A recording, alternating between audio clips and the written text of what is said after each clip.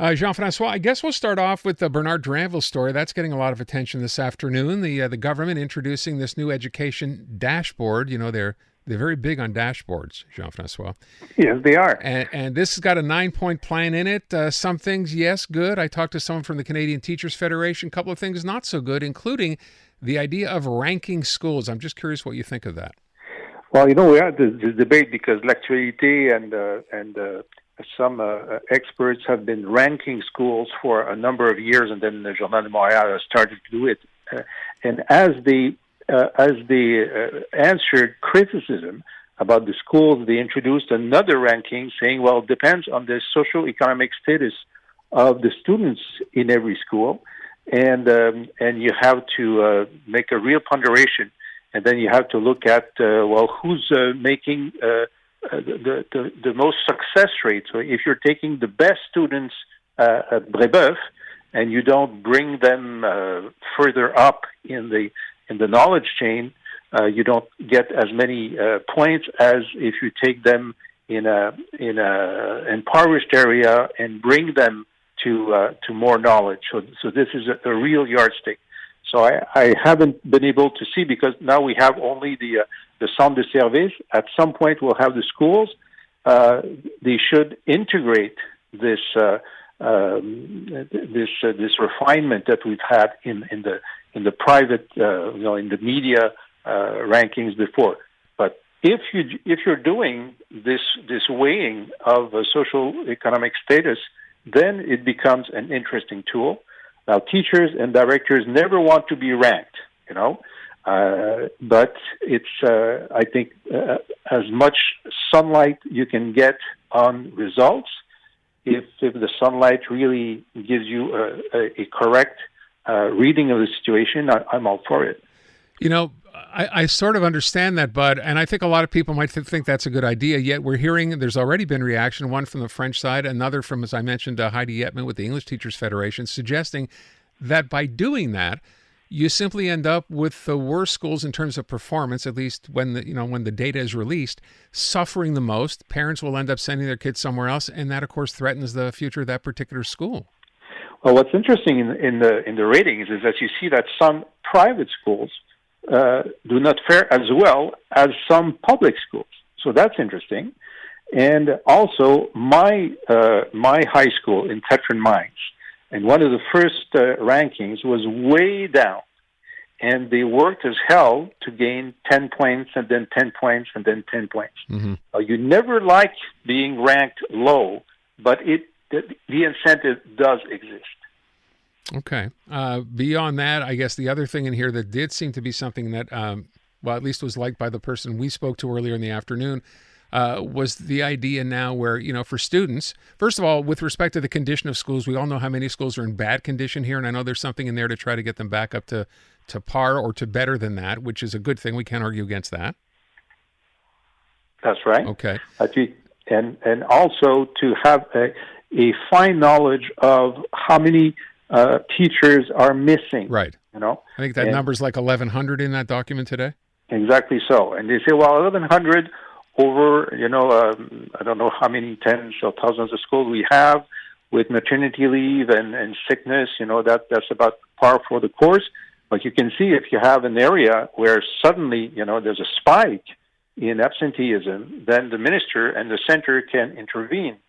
And the minister said this morning, we'll see if some schools are lagging, let's say in French or English or whatever, by Christmas, then we can direct more resources to help this particular school that seems to have a problem. I see that as a plus. Okay, well, let me move on from that. The other thing I was going to mention was the idea that they would eliminate entrance exams, and I think most people have reacted very well to that. Yeah. Okay. Yeah, very much. The point of the system is to help everyone, right, and to pull everyone up. The ranking system, to have, in all these public schools trying to be in competition with private schools, they have all these enriched programs.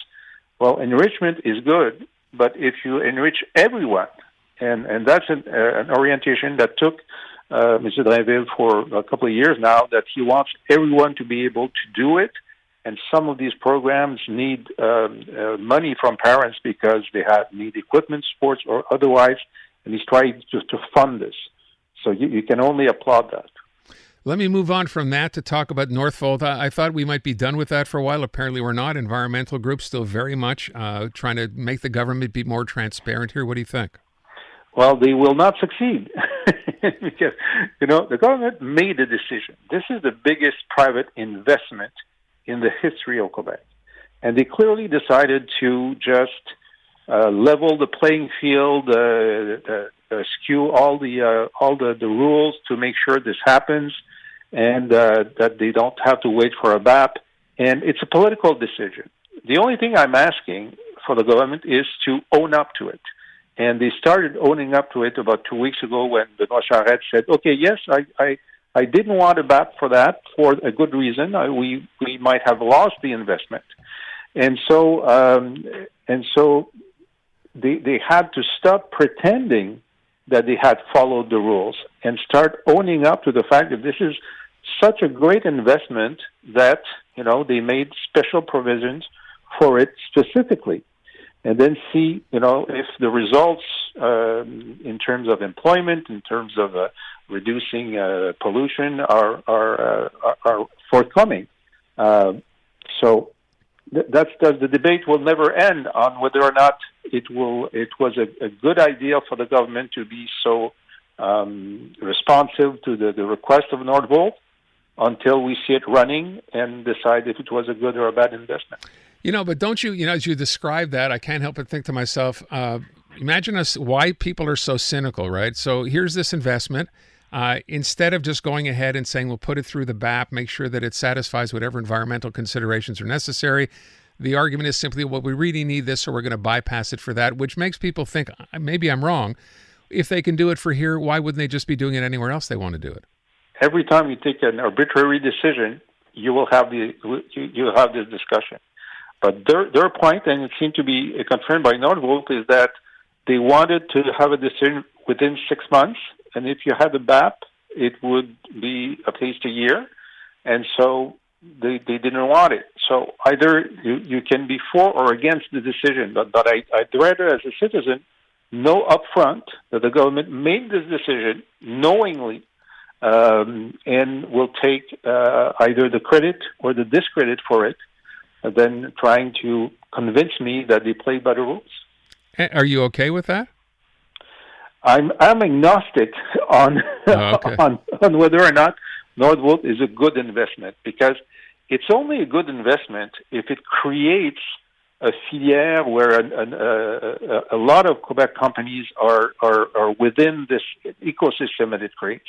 If not, then why do we subsidize these batteries and not let the U.S. subsidize the batteries? Well, we're going to buy it once it's subsidized, So and if we don't create an ecosystem around it, we simply steal good employees from other companies to go there, and we weaken smaller companies that cannot compete with the wages there. Interesting take.